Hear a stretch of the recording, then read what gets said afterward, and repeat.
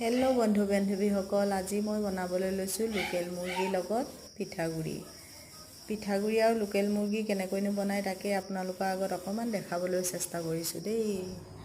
ভাল লাগিলে ভিডিঅ'টো আপোনালোকে লাইক কমেণ্ট কৰিব। কিন্তু প্ৰথমতে মই পিঠাগুড়িখিনি খুন্দি ৰেডি কৰি লৈছিলোঁ। তাৰপিছতে চব্জি অলপো কাটি ৰেডি কৰি ল'লোঁ। তাৰপিছতে মাংসখিনিও এনেকৈ মেৰিনেট কৰি ৰেডি কৰি ল'লোঁ। পিঁয়াজ, আদা, নহৰু, মছলা চব খুন্দি মেলি ৰেডি কৰি ল'লোঁ। তাৰপিছত কেৰাহী এখন পাতি পিঁয়াজখিনি হোৱাৰ লগে লগে মেৰিনেট কৰি থোৱা মাংসখিনি তাতে কেৰাহীত দি লৰাই চৰাই অলপ ধুনীয়াকৈ সিজিবলৈ দিলোঁ। দেখিছে নহয়, এনেকৈ সিজিবলৈ দিলোঁ।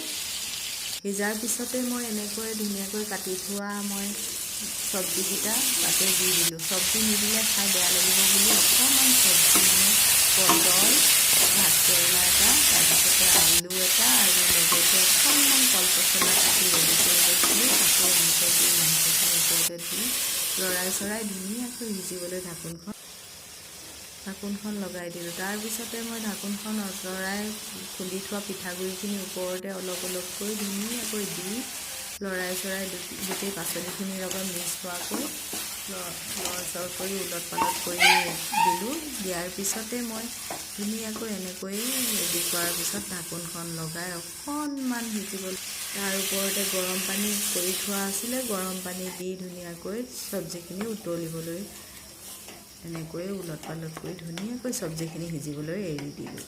চব্জিখিনি এনেকৈ সিজিবলৈ দিয়াৰ পিছত ধুনীয়াকৈ চব্জিখিনি সিজিলে। দেখিছে নহয় আপোনালোকে কিমান ধুনীয়া কালাৰো ধুনীয়া আহিছে আৰু গোন্ধটো বহুত ধুনীয়া চেণ্ট আহিছে দেই। বনাই থাকোঁতেই খাম লাগি গৈছে আৰু ইমানেই ধুনীয়া চেণ্ট আহিছে। দেখিছে নহয় ইমান ধুনীয়া হৈছে। আপোনালোকে যদি বনাই খাই পোৱা নাই এবাৰ বনাই খাই চাব দেই, টেষ্টটো ল'ব এদিন। এয়া দেখিছে নহয় পিঠাগুড়িৰ লগত, কিন্তু আজি মই ফাৰ্ষ্ট টাইম বনাইছোঁ। আনে বনোৱা খাই পাইছোঁ, কিন্তু মই নিজে বনাই খাই পোৱা নাছিলোঁ। আজি ফাৰ্ষ্ট টাইম বনাইছোঁ। বহুত টেষ্টি হ'ল কিন্তু দেই খাবলৈ। আজিলৈ ভিডিঅ'টো ইমানেই। Bye bye.